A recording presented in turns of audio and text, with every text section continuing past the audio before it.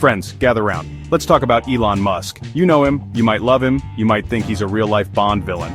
Recently, he's been put in charge of something called the Department of Government Efficiency, or DOGE. Yes, seriously, this is not a joke, though it should be. Now, Musk in his infinite wisdom decided that federal employees needed a little prodding. He sent out an email demanding they report their weekly activities. That's right, every single thing they did at work. He wanted to know about their coffee breaks, their trips to the bathroom, their existential dread while filling out TPS reports. The deadline to comply? February 24th, 2025, and the penalty for not complying, you guessed it, termination. Musk was essentially holding their jobs hostage, demanding they spill the tea on their workdays. It was like a reality show, but with less appealing contestants and potentially disastrous consequences for American democracy. Needless to say, this did not go over well.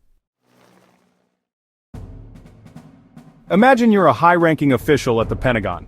You're responsible for national security, for keeping America safe.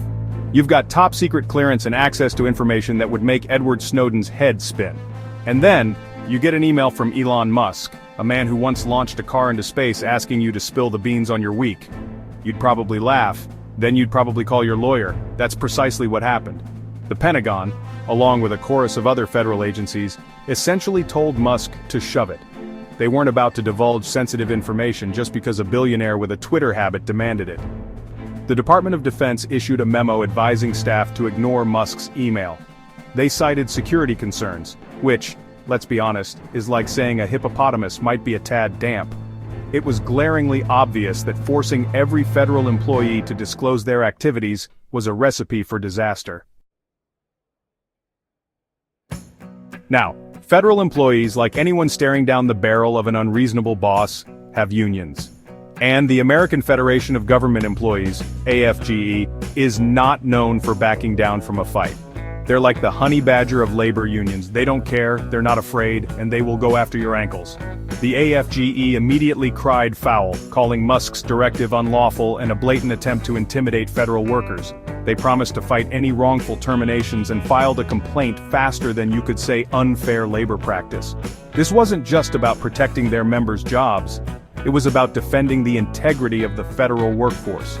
Musk's directive, they argued, undermined the crucial work of government employees and treated them like cogs in a machine instead of the dedicated public servants they are. So, where does that leave us? In a word, chaos. Musk's directive has thrown the federal workforce into disarray, creating confusion, resentment, and a whole lot of legal headaches. Trump, after initially backing his buddy Elon, has flip-flopped faster than a fish out of water. The future of federal work hangs in the balance. Will Musk's draconian measures be allowed to stand?